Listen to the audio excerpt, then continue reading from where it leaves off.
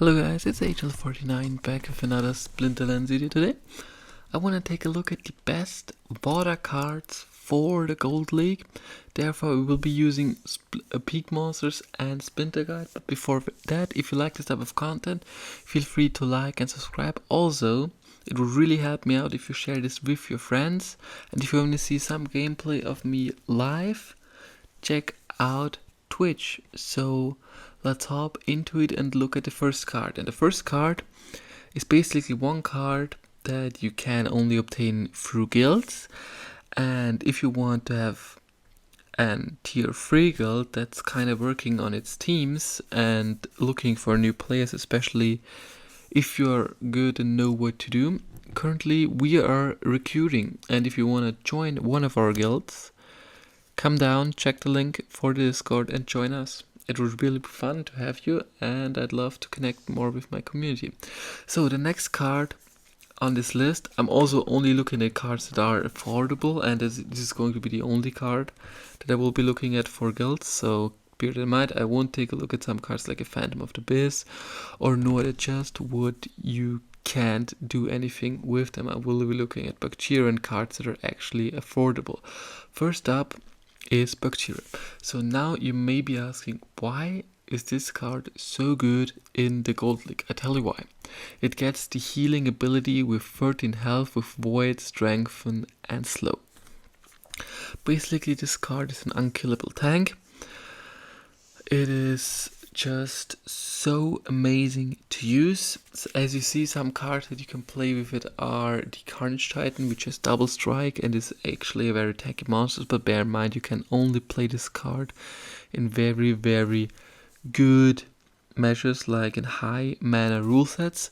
Also the next card that is very strong is the Medieval Guardian. This card has the tank heal, the inspire and not inspire, the strengthen, and also the repair ability, especially if you play this card with Ancalia and Guardian and Bakchira are cards that are awesome. Those two are just for the cleanse, and also we have the Albatross, which is only good for the tank heal at level 6. And obviously the best card to counter this card is a Dr. Blight.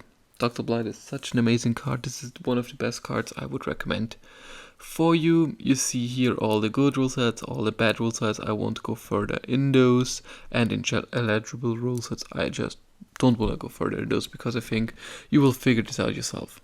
Next card on this list is an Deep Lurker with a whopping 8.3. Deep Lurker, if you want to know a little bit more about it, this card is a really, really strong card. It's an opportunity rule set. Personally, I like this card so much that I even own a gold foil copy of this bad boy. If you want to see here and comments, there we have him. Gold foil, $57. I paid probably $100 for him, so it's pretty cheap right now. Come and get your copy if you can. Currently 32 level 8. Awesome price. And this card is amazing. Look at this, level 8. Oh my god, this is such a beast.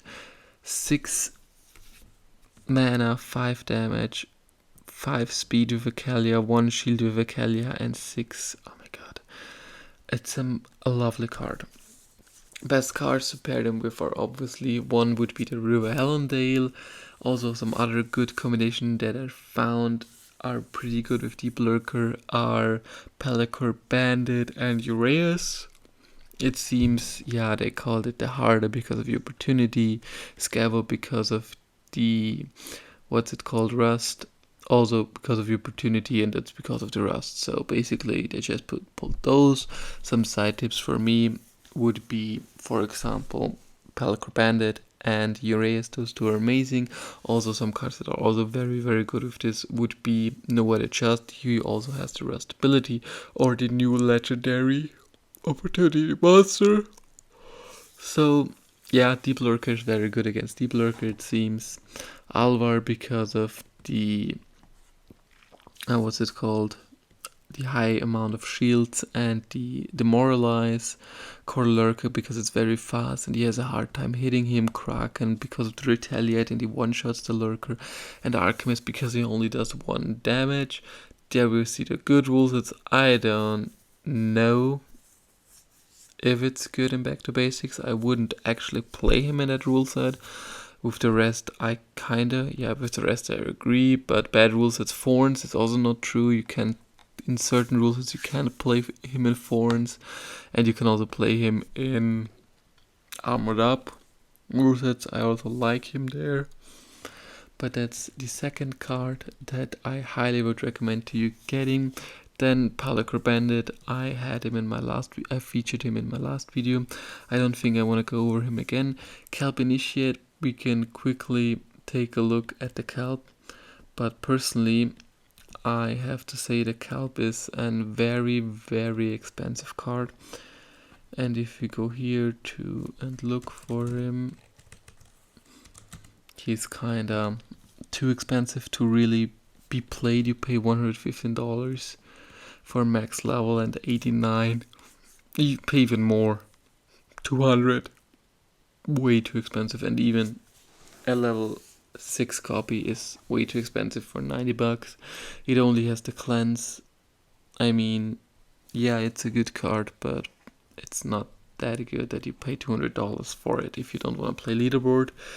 Murdaily Guardian, next one that is extraordinary strong.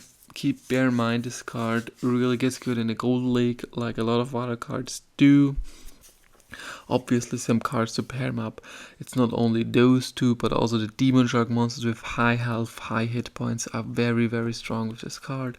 It's very cheap with 117.5 cents per BCX. If you want to go here and take a look at peak monsters, we can also briefly look for him. But keep in mind, try guarding this monster as good as possible. Max copy $20, definitely worth picking up. Especially he also gets strengthened, which is a very, very good ability that helps you in a lot of rule sets, and also it helps the heal ability. For me, this is a must-have for my water team, and I'm happy that I picked one up. So next card is the Demon Shark. Demon Shark is a card that gets way better in Diamond and is also way better in Silver. I can explain you why. In Silver it gets the Enrage ability, and in Diamond it gets the Retaliate ability. Basically, you can also cheese the Retaliate ability in Gold, but bear in mind, this doesn't help a lot, because the only two summoners you can play with this card are Aquatis and Cispa, and neither does Backfire help this card, nor does the Magic Dodge ability help this card. Face is also kind of useless on him, so if we would have an epic summoner that would give 1 shield, 1 speed, or anything that statically buff him, even 1 attack would be amazing with the Retaliate, then this card would even be better. As you've seen here, Murdaily Guardian, Demon Shark, Hallandale, like monsters repair, rust to keep the Trample going. This is only for repair, damage.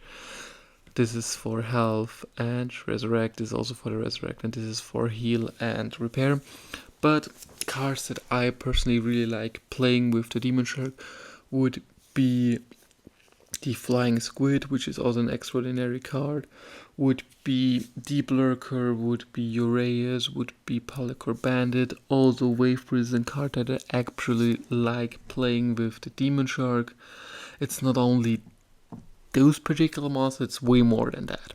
Also counters, Ice Pixie is pretty rough, especially with the Shatter ability that really makes quick work of him. I haven't seen a Jwala counting it. I can only imagine for an Onyx and a Lobster to really counter him, and I don't know why the Windmaster is good against him. But hey, probably briefly look at the rule sets. Obviously Stampede. This is also amazing. Melee only, can attack from any position. Just obvious rules sets where you want to pay him good big mana tank. And yeah, this is a killer rule set for this card. Every time you see reverse speed, go away from that card. That's not worth it. Now let's quickly take a look at one last card that's very affordable. the Angelic Mandarin. It's not in the top again, but it's still a decent card to own. You get the triage ability in silver, that's why he's a little bit better in Silver League. And this card primarily functions very well for the Wave Brute. Wave Brute, if you don't know it, is a backline void monster with the taunt ability that shoots range attack. Those two in combination are very, very strong. In total, I would actually enjoy having one of these. If I own a Wave Brute, I don't think you play him ever with a Murder Peer. I also don't think you play Bakteria in the back, as well as the Zenith Monk. Yeah, the silence really helps him, but that's only for diamond. And double triage and Wave Brute, you don't want to play that. Wave Brute is not that of a tanky card. Melee monsters really reduce their health before it can get healed up a lot. So I think that's kinda meh, the cards that I showed her. The only card I really have to admit is the Wave Brute, and if you play in diamond, the silence.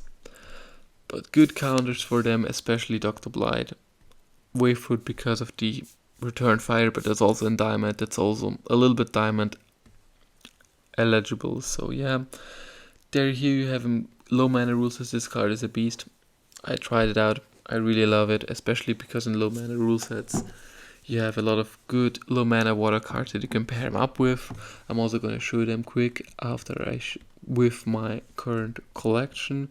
Let's go to owned, let's go to water and Chaos Legion plus Untamed. So since we have the Mandarin here, I love to pair him up with a Swim Hunter, and I love to pair him up with a Murder, but not in the way you thought. Basically, one of my best strategies that I can use in low mana would be an Cruel Cephalopod in the front, some cheeky monsters in there, and then Mandarin, Murder, Mandarin, and Kulu Swim Hunter. Those three are amazing backline damage. If you have the no font ability where you can't have any sneak monsters attacking or any opportunity monster, then those really add up and help you out a lot.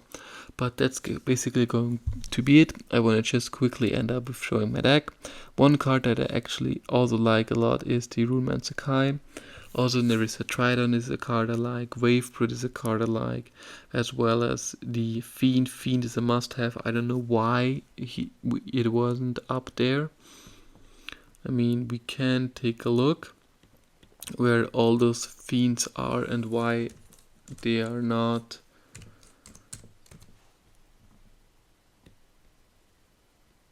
Okay, it's not found. Why don't we find those fiends? It would be interesting to know. Did I call them? I didn't do them. I mean, modern, legendary. It seems they're pretty bad. I don't know why. But personally, for me, they're so good and very helpful that I definitely would also pick up a Fiend. But that's going to be it. I hope you guys enjoyed. If you do, feel free to like and subscribe. If you want to see more of this content, let me know down in the comments. And also what you're interested in. Give me some ideas what I can do for you, and I will try to make the best out of it. I wish you an amazing rest of the day. Bye.